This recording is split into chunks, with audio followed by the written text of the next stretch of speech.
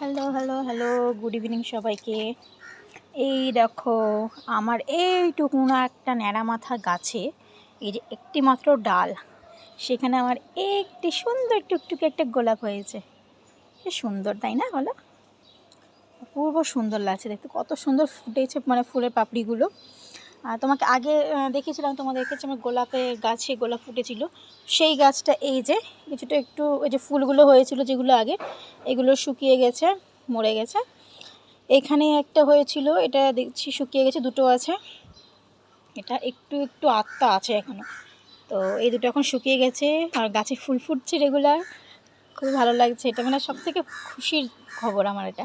আর দেখো এইখানে আরেকটা সুন্দর একটা গোলাপ আছে, এই একটা আছে, আর এই গাছে প্রথম এই সুন্দর গোলাপটা ফুটেছে।